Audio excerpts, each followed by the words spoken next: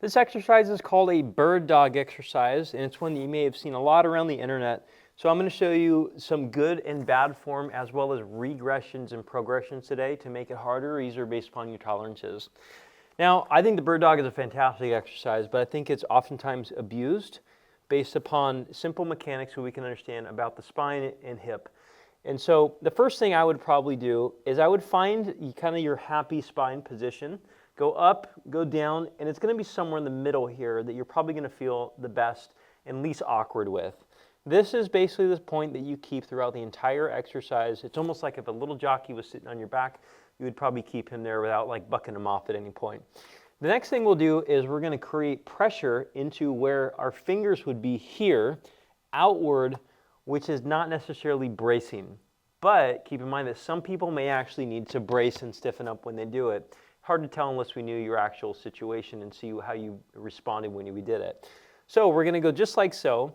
And the first thing is we're going to get long, and we're going to raise up just a tad, almost like your toes can almost touch the ground, and then your hand up high like you're holding a candlestick. Notice that it's a straight line generally. Remember, I got my own problems, especially in this left shoulder, that there's a straight line between my hand, my elbow, my shoulder, my low back, my mid back, my hip, and my foot. Okay? But it's also a crooked one. It's not straight like this. So I think the biggest mistake that a lot of times people do make is they do a big high leg position and they go straight, which is not a straight line. Okay? So I would go long, up, out, squeeze, and hold, and then come down and bring it back as if you don't want to drop that jockey off your back. Usually hold times is going to be between 5 to 10 seconds. You can alternate sides or you can do the same side over and over again until you're toast. Either one is fine based upon whatever your trainer or your coach talks about.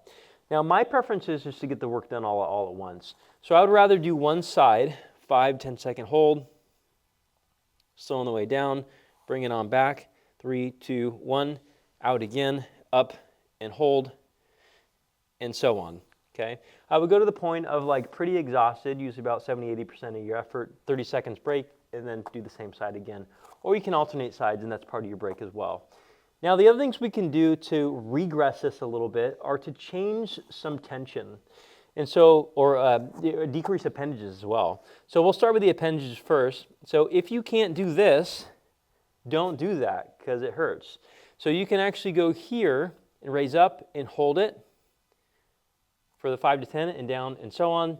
Or you can go here, up, and then slide out, but don't raise up the whole way, or raise up part way, or go hand straight. So there's slight variations that you can do, and I can tell you right now, my left shoulder's not taking this arm up version, so I'd rather just modify it for that one unique area.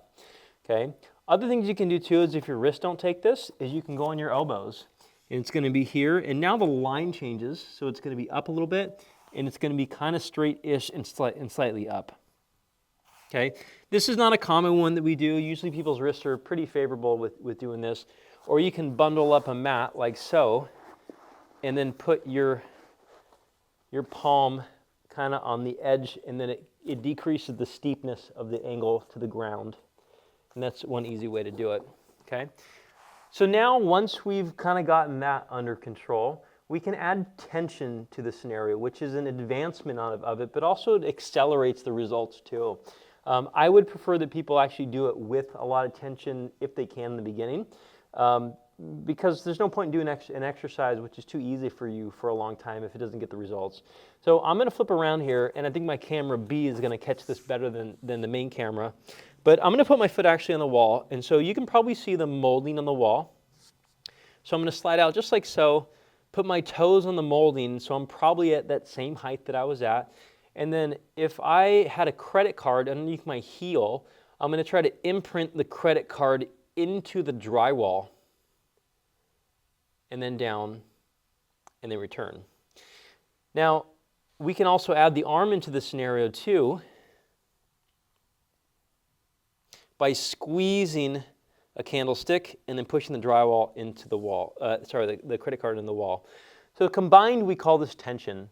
Tension helps out to accelerate the process, but also too, some people can't really take it. And I'll show you what we see oftentimes when we're doing tension is the first thing we see is they shift away or they shift this way. So we don't want to see the side-to-side shift because we do care about that jockey's health. We don't want to buck him off. Also times we see this. So their low back starts to dump in the process. Okay. One way to combat some of that fallout is going to be adding tension to one more location, which is going to be the downside hand.